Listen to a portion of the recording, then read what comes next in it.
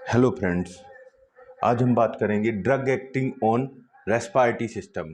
कौन कौन सी ड्रग्स जो हैं रेस्पिरेटरी सिस्टम पर एक्ट करती हैं या उनकी हमारे रेस्पिरेटरी सिस्टम को ज़रूरत होती है नॉर्मली वर्क करने के लिए। Drug acting on the respiratory system की बात करेंगे तो सबसे पहले यहाँ पर drug acting on respiratory system two category में डिवाइडेड है। Drug use for the treatment of the asthma. Asthma is the major clinical problem of respiratory system and serious also for the use for the treatment of asthma. And second is common problem of population is the cough. कफ एक बहुत common problem होती है। Drug use for the treatment of cough. तो हम जब बात करते हैं drug acting on respiratory system तो उसमें टू कैटेगरी की ड्रग रहती है मेनली। पहली जो ड्रग्स होती है drug use for the treatment of cough, और सेकेंड जो ड्रग होती है drug use for the treatment of bronchial asthma. Bronchial asthma जो होता है एक सीरियस डिसऑर्डर है और जो कि लाइफ थ्रेटनिंग भी हो सकता है। कफ जो है हमारा एक सिम्टम्स है, ये शो करता है कि आपके रेस्पिरेटरी ट्रैक्ट में कोई भी प्रॉब्लम है तो वो आपका शो करेगा कफ। तो यहाँ पे बात करते हैं कफ। बेसिकली इस लेक्चर में हम बात करेंगे केवल कफ, जो drug use for the treatment of cough. तो फर्स्ट थिंग बात करते हैं what is the cough. Cough is a protective reflex. Cough जो होता है हमारा प्रोटेक्टिव रिफ्लेक्स है, वो हमें इंडिकेट करता है कि हमारे रेस्पिरेटरी सिस्टम में कोई ना कोई इशू आया है, कोई प्रॉब्लम हुई है, इसलिए हमें कफिंग हो रही है। अगर हमें कफिंग हो रही है तो इसका नॉर्मल सा इंडिकेशन ही है कि हमारे रेस्पिरेटरी ट्रैक में कुछ ना कुछ अवेलेबल है, या स्वेलिंग हो रही है, या वहां पर म्यूकस जो है डिपॉजिट हो रहा है, या हमारी ब्रोंकियल मसल्स जो है वो कॉन्ट्रैक्ट हो चुकी हैं, कोई ना कोई इशू है वहां पर, इसलिए क्या हो रहा है हमारे लिए कफिंग आ रही है। तो कफ जो होता है आपका, इसलिए बोला गया है cough is the protective reflex. Protective reflex होता है वो हमारी बॉडी को सेव कर रहा है। मान लो हमको पता ही नहीं चलेगा और हमारी जो ब्रोंकियल्स हैं, हमारे जो एल्वियोलाइज हैं, अगर उन पे इतना ज्यादा कफ डिपॉजिट हो जाएगा कि हमारा गैसियस एक्सचेंज ही नहीं होगा तो पेशेंट की डेथ हो जाएगी डायरेक्ट। तो उसके पहले हमें सिम्टम्स आते हैं, तो इसलिए कफ इज अ प्रोटेक्टिव रिफ्लेक्स। कफ क्या है हमारा प्रोटेक्टिव रिफ्लेक्स है, जो इंडिकेट करता है कि हमारे रेस्पिरेटरी सिस्टम में कोई पैथोजेंस या किसी प्रकार का भी पैथोलॉजिकल चेंज हुआ है। तो cough is a protective reflex generally remove irritant and accumulated secretions from the respiratory tract. हमको मालूम है जब हमें कफिंग होती है तो हमारे रेस्पिरेटरी ट्रैक्ट से कुछ ना कुछ हमारी बॉडी से रिमूव आउट होता है। तो cough remove irritant and accumulated secretions from the respiratory tract. जब क्या होता है रेस्पिरेटरी ट्रैक्ट में इंफेक्शन होता है तो सिक्रीशंस बढ़ जाते हैं, वहां पर सिक्रीशंस बढ़ते हैं तो वो डिपॉजिट होने लगते हैं और म्यूकस फॉर्मेशन बढ़ने लगते हैं। इसको हम बोलते हैं कफ या कफ बोलते हैं। तो यहां पर accumulated secretions remove from the respiratory tract and remove irritant. Irritant में कुछ भी हो सकता है, आपका डस्ट पार्टिकल हो सकता है और कोई भी पैथोजेंस हो सकते हैं, कुछ भी हो सकता है। तो कफ जो हो सकता है नॉर्मल भी हो सकता है, जरूरी नहीं कि कफ में हमेशा इन्फेक्शन हो। कफ कई बार क्या होता है नॉन इन्फेक्शियस भी हो सकता है। अगर हमारी बॉडी में इन्फेक्शन हुआ है, थ्रोट इन्फेक्शन किसी बैक्टीरिया का, वायरस का, तो वो बात अलग है कि वहां पर हमको एंटी इन्फेक्टिव एजेंट रिक्वायर्ड रहेंगे। लेकिन अगर नॉर्मल कफ है तो उसमें क्या रहेगा आपका, उसमें सिम्टोमेटिक ट्रीटमेंट ही सफिशिएंट होगा। तो cough is a protective reflex remove irritant accumulated secretion from the respiratory tract. अब हम आगे जाते हैं रिक्वायर्ड सिम्टोमेटिक ट्रीटमेंट। कफ केवल क्या चाहता है, सिम्टोमेटिक ट्रीटमेंट चाहता है। उसमें जो सिम्टम्स आ रहे हैं हमारे लिए उसको हमको कवर करना है। जैसे हमें मालूम है at the time of night coughing बढ़ जाती है तो प्रॉपर स्लीप नहीं होती, तो इसलिए हमको कफ सिरप लेना होता है। तो वही बात है कि कफ जो रिक्वायर्ड सिम्टोमेटिक ट्रीटमेंट। यहां पे बात करते हैं अगर उसमें इंफेक्शन इन्वॉल्व है तो फिर वहां पे हमको एंटी इन्फेक्टिव एजेंट को ऐड करना पड़ेगा, एंटीबायोटिक को ऐड करना पड़ेगा, एंटीबैक्टीरियल ड्रग को ऐड करना पड़ेगा, एंटीवायरल ड्रग को ऐड करना पड़ेगा। अगर नहीं है इन्फेक्शन तो वो रहेगा आपका सिम्टोमेटिक ट्रीटमेंट। अब बात करते हैं drug use for the treatment of cough mainly divided into the following four category: antitussive, expectorant, mucolytics and pharyngeal demulcent. Pharyngeal demulcent जो होते हैं सिंपल आपके स्वीट टैबलेट्स होती हैं जो हम यूज करते हैं। किसके लिए इनको हम यूज करेंगे तो ये इंक्रीज द सलाइवा सिक्रीशन, तो हमारे जो रेस्पिरेटरी ट्रैक होता है उसमें रिलीफ मिलता है हमको। Soothing effect for the soothing effect on the inflamed membrane, हमारी इन्फ्लेमेट मेम्ब्रेन जो रहेगी उसको रिलीफ मिलता है। सिम्टोमेटिक रिलीफ ये है। इसके एग्जांपल लोजेंस हैं। लोजेंस जो होते हैं आपके सिंपल क्या है, सॉलिड डोजेस फॉर्म होते हैं जो हमारे क्या होते हैं, जिसको हम बोलें तो ये डाइक्लोनाइन आता है, एक लोकल एनेस्थेटिक के लोजेंस आते हैं। ये लोकल एनेस्थेटिक होता है, हमारी मेम्ब्रेन को रिलीफ देता है, हमें लोजेंस यूज हो जाता है। कप ड्रॉप्स आते हैं, कप सिरप आते हैं जो शुगर के रहते हैं, सिंपल स्वीट रहते हैं, तो रिलीफ मिलता है हमको कप में। ग्लिसरीन सिरप भी आता है, उसमें रिलीफ मिलता है हमारे लिए। लिकोराइस का सिरप आता है, उसमें रिलीफ मिलता है। इसके अलावा लिंकटस, लिंकटस जो होता है विस्कोस लिक्विड होता है, वो हमारे रेस्पिरेटरी ट्रैक को क्या करता है, रिलीफ देता है, सूथिंग इफेक्ट जनरेट करते हैं। तो डिमलसेंट जो होते हैं, pharyngeal demulcent are the agent produce the soothing effect. इनका कोई ज्यादा रोल नहीं है, ये केवल क्या है हमारे लिए एक साइकोलॉजिकल देते हैं कि हाँ हमारा कफ ठीक हो रहा है, बाकी मेन वर्क नहीं करते हैं इतना ज्यादा। ये केवल क्या होते हैं, सिंपल, तो इनके नाम याद रखें। डिमलसेंट जो होते हैं, pharyngeal demulcent increase the salivary secretion, soothing effect, symptomatic relief, lozenges आते हैं उसमें, cough drops, cough syrup, glycerine, liquorice. Linctus, linctus are the viscous liquid जो हमारे डाउन द रेस्पिरेटरी ट्रैक्ट में जाता है और हमें रिलीफ देता है। तो लिंकटस कोडीन का भी हो जाता है कई बार, किसी भी जो मेन ड्रग है ये कफ वाली, इनका कई बार लिंकटस यूज हो जाता है। अब बात करेंगे जो मेन ड्रग्स होती हैं। First thing anti tissue, second one expectorant and third one mucolytics. इसमें यहां पे मैंने बात की थी कफ, कफ जब प्रोटेक्टिव रख ले। हमारी बॉडी में दो टाइप का कफ होता है हमेशा। कफ जो होता है बॉडी के अंदर वो टू टाइप का होता है, उसमें टू टाइप का कफ होता है। एक होता है प्रोडक्टिव कफ, प्रोडक्टिव कफ जिसमें हमें कफ निकलता है बाहर, हम बोलते हैं ना हमारे लिए कफ आ रहा है। प्रोडक्टिव कफ जो होता है help to clear the airway, हमारे वो एयरवे को क्लियर करने की कोशिश करता है। Suppression of the productive cough is harmful, अगर हम उसको एकदम सप्रेस कर देंगे तो वो हार्मफुल हो सकता है क्योंकि हमारा कफ बाहर नहीं जाएगा, और कफ अगर ज्यादा देर तक डिपॉजिट रहेगा रेस्पिरेटरी ट्रैक्ट में तो may be cause the infection. तो प्रोडक्टिव कफ जो होता है वो फिर भी ठीक है क्योंकि कफ उससे रिमूव होता है। और दूसरा जो कफ होता है वो होता है non productive cough. Non productive cough है वो, उसको सीधा सप्रेस ही करना पड़ेगा, उसमें बहुत ज्यादा प्रॉब्लम होती है, लंग्स तक भी उसमें इन्वॉल्व हो जाते हैं। तो वो जो है दूसरा कफ कहलाता है non productive cough. Productive cough जो होता है generally clear the respiratory tract, उसका टारगेट ये रहता है कि रेस्पिरेटरी ट्रैक क्लियर हो। तो उसी टाइप से इन ड्रग को डिवाइड कर दिया गया। जो एंटी टिश्यू ड्रग होते हैं कफ सेंटर सप्रेसेंट होते हैं, use for the dry cough और नॉन प्रोडक्टिव कफ, जो भी मैं बात कर रहा था ये नॉन प्रोडक्टिव कफ में यूज होते हैं। और ड्राई कफ जिसको हम बोलते हैं कि सूखी खांसी चल रही हमारे लिए, सूखी खांसी ज्यादा पेनफुल होती है उसमें क्योंकि कफ नहीं निकल रहा है, हमारा रेस्पिरेटरी ट्रैक क्लियर है बट फिर भी हमको कफिंग हो रही है। तो मतलब ये ड्राई कफ इंडिकेशन दे रहा है कि हमारे लंग्स में इंफेक्शन है या हमारे ब्रोंक्यूल्स तक इंफेक्शन हो चुका है, तो वो इंडिकेट दे रहा है कि कुछ ना कुछ प्रेजेंट है। तो ये एंटी टिश्यू यूज करते हैं। Antitussive are the drug use to for the dry cough और नॉन प्रोडक्टिव कफ। इनका मैकेनिज्म ऑफ एक्शन क्या होता है, सीधा ये वर्क करेंगे कफ सेंटर पर, जो हमारा सीएनएस है मेडुला ओब्लांगेटा पे कफ सेंटर होता है, वो डिटेक्ट करता है कि लंग्स में कुछ है तो उसको डिटेक्ट कर लिया और हमें कफिंग होने लगती, तो ये क्या करते हैं उसके थ्रेशोल्ड को डाउन कर देते हैं, तो वो डिटेक्ट ही नहीं कर पाता कि लंग में कुछ है और हमारा कफ क्या हो जाता है, ठीक हो जाता है। तो ये जो होते हैं कफ सेंटर सप्रेसेंट है, cough suppress the cough centre present in the medulla, medulla में कफ सेंटर को सप्रेस कर देते हैं, use for the dry cough और अनप्रोडक्टिव कफ, ये ध्यान रखना। दूसरी बात करते हैं इसके अब classification, it is further classified opioids. Opioids में codeine, pholcodine, ethyl morphine, these three are the opioids, cough centre suppressant होते हैं ये। इसके बाद बात है नॉन ओपियोइड्स। नॉन ओपियोइड्स मतलब इनमें ओपियोइड रिंग नहीं होता है, जिसमें आता है नोस्कैपिन, नोस्कैपिन जो है आपका इसको नार्कोटीन भी बोलते हैं हम। इसके अलावा डेक्स्टोमेथॉर्फिन, डेक्स्टोमेथॉर्फिन जो होता है एनएमडीए रिसेप्टर एंटागोनिस्ट है ये, इसका डी आइसोमर रहता है। डेक्स्टोमेथॉर्फिन एनएमडीए रिसेप्टर एंटागोनिस्ट होता है और इसका डी आइसोमर रहता है। इसके बाद ये प्रीनॉक्स डायाजीन, ये पहले ओल्ड ड्रग है, पहले अब फॉरेन कंट्री में यूज होती थी, अब इंडिया में इसको रिसेंटली यूज किया जाने लगा। ये कहलाता है आपका पेरीफेरली एक्टिंग एंटी टिश्यू होता है। अब सोचो आप एंटी टिश्यू को हम बोलते हैं सीएनएस पर एक्ट करते हैं, बट ये जो है एंटी टिश्यू है लेकिन ये कहां एक्ट करता है, पेरिफेरल साइट्स पर एक्ट करता है।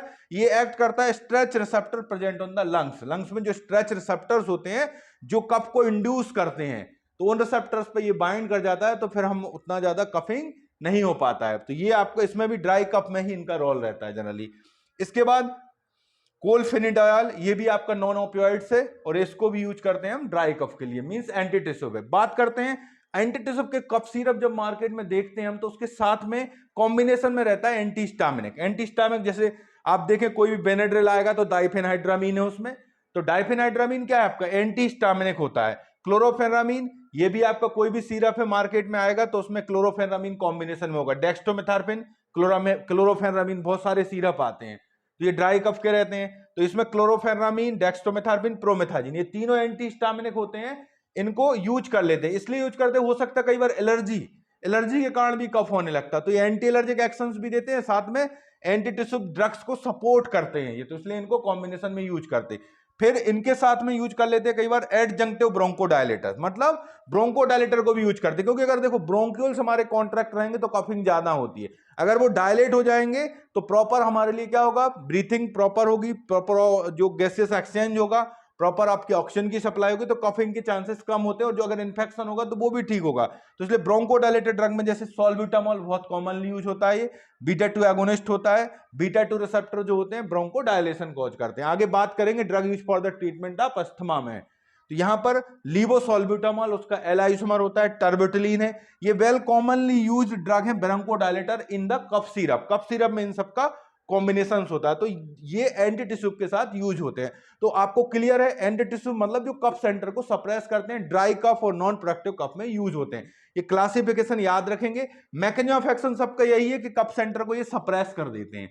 इसके बाद आता है सेकंड एक्सपेक्टोरेंट, एक्सपेक्टोरेंट म्यूकोकाइनेटिक्स बोलते हैं, म्यूकोकाइनेटिक्स मतलब जो हमारे कफ को मूवमेंट को बढ़ा के कफ को रिमूव करते हैं, तो वो जनरली ये यूज होता है प्रोडक्टिव कफ के लिए, प्रोडक्टिव कफ जो होता है हमारा उसमें यूज करते हैं, क्योंकि रेस्पिरेटरी ट्रैक्ट को क्लियर करने में ये हेल्प करते हैं, तो इनको बोलते हैं म्यूकोकाइनेटिक्स। म्यूकोकाइनेटिक्स मतलब जो हमारे कफ के मूवमेंट को बढ़ा देते हैं, कैसे बढ़ाते हैं, increase the bronchial secretion, bronchial secretion बढ़ाएंगे, दूसरा काम डिक्रीज द विस्कोसिटी, वो विस्कस है उसकी विस्कोसिटी को कम कर देंगे तो वो रिमूव हो जाएगा, प्लस रिमूवल ऑफ द कफ, ये हमारे कफ को रिमूव करते हैं। तो इसमें जो ड्रग आती है ये भी कफ सिरप रहते हैं, सोडियम पोटेशियम साइट्रेट है, पोटेशियम आयोडाइड है, अमोनियम क्लोराइड है, गुयाफेंसिन ये कॉमनली यूज होता है, गुयाफेंसिन जो है कॉमनली कफ सिरप में मिल जाएगा, आपको देख ले मार्केट में जाएंगे आपको मिलेगा ये कफ सिरप में, तो ये गुयाफेंसिन हो गया। टालुबाल्सम बेसेका, बेसेका जो है आपका ये भी नेचुरल है हमारा, और इसमें क्या प्रॉपर्टी होती है, ये आपके प्रोडक्टिव कफ में यूज हो जाता है, तो ये ध्यान रखेंगे आप, ये आपके क्या है सभी एक्सपेक्टोरेंट है। फिर आता है म्यूकोलाइटिक्स, म्यूकोलाइटिक्स मतलब ये निकालते हैं, ये ब्रेक डाउन करते हैं, दोनों का कॉम्बिनेशन रहेगा तो अच्छा रिजल्ट मिलेगा हमको for the productive cough. Mucolytics, mucolytics जो है बेसिकली म्यूकोलाइटिक्स हैं, ये जो हमारे म्यूकस को ब्रेक डाउन कर देंगे, break down of the mucus cough and increase the removal of cough, ये कॉम्बिनेशन में ही रहते हैं दोनों जनरली। तो इसमें सबसे इंपॉर्टेंट है ब्रोमोहेक्सिन, ब्रोमोहेक्सिन जो है हमारा हमने बसाका से ही ऑब्टेंड किया है, जो वैसीन एल्कलॉइड होता है उसका ही डेरिवेटिव होता है ब्रोमोहेक्सिन। ब्रोमोहेक्सिन एसिटाइल सिस्टीन है, ये भी म्यूकोलाइटिक का काम करता है, कार्बोसिस्टीन एसिटाइल सिस्टीन का डेरिवेटिव है, ये भी म्यूकोलाइटिक का काम करता है। एम्ब्रोक्सेल जो मेटाबोलाइट होता है ब्रोमोहेक्सिन का, तो वो भी क्या होता है हमारा कफ को ब्रेक डाउन करता है, तो मतलब ये दोनों कॉम्बिनेशन में ही यूज होते हैं जनरली। अगर एक्सपेक्टोरेंट कफ सिरप है तो म्यूकोकाइनेटिक्स प्लस म्यूकोलाइटिक्स दोनों उसमें प्रेजेंट होंगे, तो ये रहेगा। इसके बाद हम फेरेंजियल डिमल्सेंट आपको क्लियर कर चुके हैं ऑलरेडी। फेरेंजियल डिमल्सेंट को अगर पूछा जाता है कभी कि किस टाइप के कफ में ये यूज होते हैं, तो उसमें जनरली इनको productive cough, non productive cough में ही लेते हैं हम, क्योंकि अगर हमारा कफ ड्राई है तो प्रॉब्लम ज्यादा होती है, ज्यादा इन्फ्लेमेशन होगा, ज्यादा पेन होता है, तो उस पेन को रिलीव करने के लिए हम फेरेंजियल डिमल्सेंट यूज करते हैं, जो जनरली कब यूज करते हैं, जब ड्राई कफ होगा हमारा। अगर हमें कफिंग हो रही है रेगुलरली तो हम लोजेंस को नहीं कर पाएंगे सक, वो ऑटोमेटिक बाहर हो जाएगी बॉडी के, तो इसलिए उनको ड्राई कफ में ही यूज करते हैं हम। तो ये एक मैंने जनरल आपको आउटलाइन बताया, drug acting on the respiratory system divided into the two category, drug for the cough and drug for the asthma. Asthma वाली ड्रग्स को मैं नेक्स्ट हमारा जो रहेगा वीडियो उसमें मैं आपको डिस्कस करूंगा, तो ये ध्यान रखेंगे आप। इसमें देखो क्लासिफिकेशन को बहुत अच्छे से कर लें, सबसे पहली चीज ये क्लासिफिकेशन बहुत अच्छे से क्लियर होना चाहिए। इसमें अब कुछ इंपॉर्टेंट ड्रग्स हैं, जैसे सबसे पहली बात करते हैं कि जो हमारे एक्सपेक्टोरेंट हैं और जो म्यूकोलाइटिक्स हैं। म्यूकोलाइटिक्स में सबसे इंपॉर्टेंट ड्रग है ब्रोमोहेक्सिन, बहुत कॉमनली सिरप इसका अवेलेबल होता है ब्रोमोहेक्सिन। इसके अलावा आपने देखा होगा कफ सिरप में कई बार इटोफाइलिन थियोफाइलिन को भी यूज करते हैं, वो भी क्या है एक्चुअल में ब्रोंकोडायलेटर होते हैं, तो उनको भी यूज कर सकते हैं, मतलब इन ब्रोंकोडायलेटर के अलावा दूसरे ब्रोंकोडायलेटर भी यूज हो सकते हैं। तो यहां पे ध्यान रखना है कि अब बात करेंगे हम ब्रोमोहेक्सिन, जो ब्रोमोहेक्सिन है हमारा उसके बारे में बात करते हैं, क्योंकि ये इंपॉर्टेंट है। ये हमारा म्यूको जो ये एक्सपेक्टोरेंट के फॉर्म में यूज होता है और म्यूकोलाइटिक प्रॉपर्टी है इसमें। जो ब्रोमोहेक्सिन है इसके पास क्या होती है, म्यूकोलाइटिक प्रॉपर्टी प्रेजेंट होती है। ब्रोमोहेक्सिन के पास क्या है, म्यूकोलाइटिक प्रॉपर्टी है। तो ब्रोमोहेक्सिन के बारे में बात करते हैं कि ब्रोमोहेक्सिन है क्या। ये ब्रोमोहेक्सिन तो इसमें लिख लेंगे यहां, ब्रोमोहेक्सिन जो है it's semi synthetic derivative. Bromhexine are semi synthetic derivative, bromhexine are semi synthetic derivative, used orally, semi synthetic derivative होता है। Bromhexine are the semi synthetic derivative. पहली चीज, bromhexine are semi synthetic derivative used orally, used orally, ये used orally. और इसका जो source होता है अडाटोडा बसाका, उससे ऑब्टेंड होता है जो हमारा एल्कलॉइड, उसको हम बोलते हैं, उससे ऑब्टेंड होता है जो हमारा पोटेंट म्यूकोलाइटिक जो होता है यहां पर, उसमें उस पर ऑब्टेंड होगा हमारे लिए वैसीन, और इसी वैसीन को मॉडिफाइड करके हम बनाते हैं ब्रोमोहेक्सिन। तो ये ध्यान रखना है आपको, ये इससे मिलेगा हमको वैसीन, और वैसीन को हम सेमी सिंथेटिकली मॉडिफाइड करके ब्रोमोहेक्सिन बना देते हैं। तो ब्रोमोहेक्सिन को आपको ध्यान रखना है, ये क्या होता है, पोटेंट म्यूकोलाइटिक होता है, potent mucolytics, potent mucolytic drug है। इसका मैकेनिज्म की बात करते हैं तो इसकी बात करेंगे कि ब्रोमोहेक्सिन एक्ट कैसे करता है। ब्रोमोहेक्सिन जो होता है हमारा एक्ट कैसे करेगा, ये क्या करता है, liberate lysosomal enzymes, lysosomal enzymes को बॉडी के अंदर ये जब जाता है हमारे ओरल रूट से, तो ये क्या करेगा, लाइसोसोमल एंजाइम्स को रिलीज कराता है। और ये एंजाइम क्या करेंगे, डाइजेस्ट द म्यूकोपॉलीसेकेराइड, जो कफ में प्रेजेंट होता है, digest mucopolysaccharide, digest mucopolysaccharide, digest the mucopolysaccharide, decrease the viscosity of sputum, जो हमारा कफ रहता है, डिक्रीज विस्कोसिटी ऑफ स्पुटम। तो फिर वो हमारे जब हम कफिंग होती है तो इतना प्रेशर आ जाता है कि वो रिमूव हो जाता है आसानी से, ठीक है ना, कफ बिकम्स लेस, रिमूव स्पुटम, फिर फाइनली रिमूव स्पुटम और कफ। तो ये मैकेनिज्म ऑफ एक्शन इसका जरूर याद रखें, क्योंकि ये कॉमनली है। ब्रोमोहेक्सिन के बारे में इतना हमको याद आना चाहिए कि ब्रोमोहेक्सिन का मैकेनिज्म क्या होता है। साइड इफेक्ट की बात करते हैं तो लैक्राइमेशन, इसका एडवर्स ड्रग रिएक्शन जो ब्रोमोहेक्सिन का होता है, कई बार लैक्राइमेशन होने लगता है, मतलब टीयरिंग आने लगती है, यहां पर लैक्राइमेशन होने लगेगा यहां पर। तो ये आपको ध्यान रखना है, लैक्राइमेशन इसका एडवर्स इफेक्ट होता है। इसके अलावा एसिटाइल सिस्टीन और कार्बोसिस्टीन के बारे में भी हम बात करेंगे कि उनका क्या मैकेनिज्म होता है। एसिटाइल सिस्टीन एंड कार्बोसिस्टीन, वो भी क्या करते हैं, म्यूकोपॉलीसेकेराइड को डाइजेस्ट कर देते हैं, डायरेक्टली वो क्या करेंगे, डाइजेस्ट करते हैं। जो एसिटाइल सिस्टीन होता है, ये बेसिकली क्या होते हैं, क्या करेंगे, ये one disulphide bond in the mucoproteins of sputum, उसको क्या कर देते हैं, ब्रेक डाउन कर देते हैं। जो acetyl cysteine and carbocysteine, break down disulphide bond in mucoprotein of sputum, इसलिए फाइनली ये लेस हो जाता है, decrease the viscosity of sputum and increase removal. तो ये ध्यान रखना है हमारे लिए, एसिटाइल सिस्टीन एंड कार्बोसिस्टीन कैसे वर्क करते हैं ये लोग, ये क्या कर देते हैं, वन डाइसल्फाइड बॉन्ड को ब्रेक कर देते हैं, और इसलिए वो जो कफ रहता है वो हमारा थिन हो जाता है और रिमूव हो जाता है इजीली। इसमें साइड इफेक्ट में जो है इसका एक प्रॉब्लम ये होती है, इसमें एडवर्स ड्रग रिएक्शन में जो इसका है, नोसिया एंड वोमिटिंग और ब्रोंकोस्पाज्म, मतलब अगर अस्थमेटिक पेशेंट को कफिंग हो रही है तो ये बिल्कुल नहीं दिया जाएगा, एसिटाइल सिस्टीन एंड कार्बोसिस्टीन को यूज नहीं करेंगे फॉर द अस्थमेटिक पेशेंट, क्योंकि उनको अस्थमेटिक अटैक आ सकता है। ये आपको ध्यान रखना है कि ये जो है एसिटाइल सिस्टीन कार्बोसिस्टीन जो ड्रग्स हैं, इनको हम यूज नहीं कर सकते, किसके लिए, अस्थमेटिक पेशेंट्स के लिए। इसके बाद इसमें जो हमारा नेक्स्ट ड्रग है एम्ब्रोक्सेल, एम्ब्रोक्सेल के बारे में भी नोट कर लेना, ये भी कफ सिरप में बिल्कुल कॉमनली यूज होता है। एम्ब्रोक्सेल जो है हमारा, एम्ब्रोक्सेल भी क्या होता है, पोटेंट म्यूकोलाइटिक होता है। It is the metabolite of bromhexine having similar action, इतना बस लिखें, metabolite of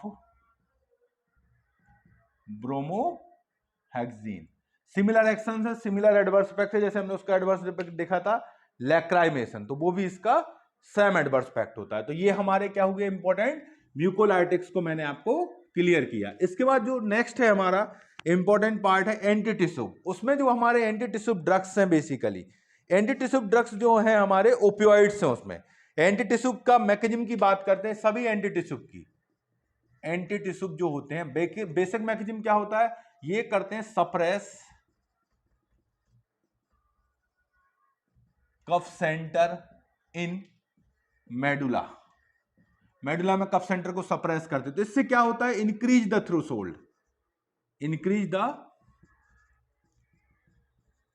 threshold value for cough. मतलब थोड़ा बहुत कुछ इंफेक्शन रहेगा तो हमें कफिंग नहीं आएगी। तो ये ध्यान रखना कि कफ सेंटर को सप्रेस कर देते हैं और उसका जो मतलब ये बोले उसकी सेंसिटिविटी को घटा देते हैं, कफ सेंटर की सेंसिटिविटी घटा देते हैं। तो मतलब खूब अगर बहुत ज्यादा भी सिग्नल मिल रहा होगा कफ का तब भी कफिंग नहीं होती हमें। तो ये इनका मेन मैकेनिज्म होता है। इसमें मेन ड्रग है जैसे आपकी कोडीन है, तो कोडीन हम जानते हैं ओपियोइड्स होता है। इसमें क्या होता है, analgesic property as compare to morphine इसमें कम होती है। और पोटेंट क्या होता है, ये एंटीटिसूब होता है। जो मेन है इसका एक्शन क्या होता है, कफ सप्रेसेंट एक्शन इसका डोमिनेंट होता है। फोलकोडीन जो होता है वो इसी कोडीन का ही डेरिवेटिव होता है। नोस्कैपिन जो होता है opium alkaloid with the potent antitussive activity, उसमें क्या होती है, पोटेंट एंटीटिसूब एक्टिविटी होती है। तो यहां पे इनको याद रखना, ये भी क्या है आपका ओपियोइड्स है। इसके अलावा फोलकोडीन, फोलकोडीन भी क्या होता है आपका ओपियोइड्स होता है ये। इसके अलावा नोस्कैपिन, नोस्कैपिन जो हमारा ये ओपियम एल्कलॉइड है, ओपियम एल्कलॉइड है ये, बट ये नॉन ओपियोइड्स में आता है, नॉन ओपियोइड्स होता है ये। इसके पास क्या होती है, पोटेंट एंटीटिसूब एक्शन होता है, पोटेंट एंटीटिसूब एक्शन प्रेजेंट होता है। तो ये आपका हुए एंटीटिसूब। अब एंटीटिसूब में एक इंपॉर्टेंट ड्रग है हमारी डेक्स्ट्रोमेथार्फेन। डेक्स्ट्रोमेथार्फेन जो ड्रग होती है इसके बारे में ध्यान रखना, जैसे लगा हुआ है डेक्स्ट्रो, ठीक है ना, तो ये भी एंटीटिसूब होता है। इसके पास क्या होती है, no analgesic action, no analgesic action, इसके पास एनाल्जेसिक एक्शन नहीं होती। ये बेसिकली क्या होता है, एनएमडीए रिसेप्टर एंटागोनिस्ट है, एनएमडीए रिसेप्टर एंटागोनिस्ट होता है। इसका जो डी आइसोमर रहता है, डी आइसोमर कहलाता है आपका डेक्स्ट्रोमेथार्फेन। डेक्स्ट्रोमेथार्फेन जो कि यूज होता है एंटीटिसूब फॉर्म में, जो हम अभी लिख रहे हैं सामने आपके। एक इसका एल आइसोमर रहता है, जो उसका लगेगा वो आपका लिवोमेथार्फेन होता है, वो एनाल्जेसिक होता है। एल आइसोमर में क्या होती है, एनाल्जेसिक एक्शन होती है। तो यही इंपॉर्टेंट पॉइंट है, इसको ध्यान रखना कि इसमें क्या होती है, एल आइसोमर में एनाल्जेसिक एक्शन होती है, इसको आपको ध्यान रखना। फिर लास्ट में मैंने एक ड्रग का नाम लिया था आपको, पेरिफेरली एक्टिंग एंटीटिसूब कहलाता है। स्ट्रेच रिसेप्टर पर जाके एक्ट करता है और हमारे कफ को सप्रेस कर देता है ड्राई कफ के लिए। तो उसका जो नाम था आपका प्रीनॉक्स डायाजीन, प्रीनॉक्स डायाजीन। ये जो कहलाती है आपकी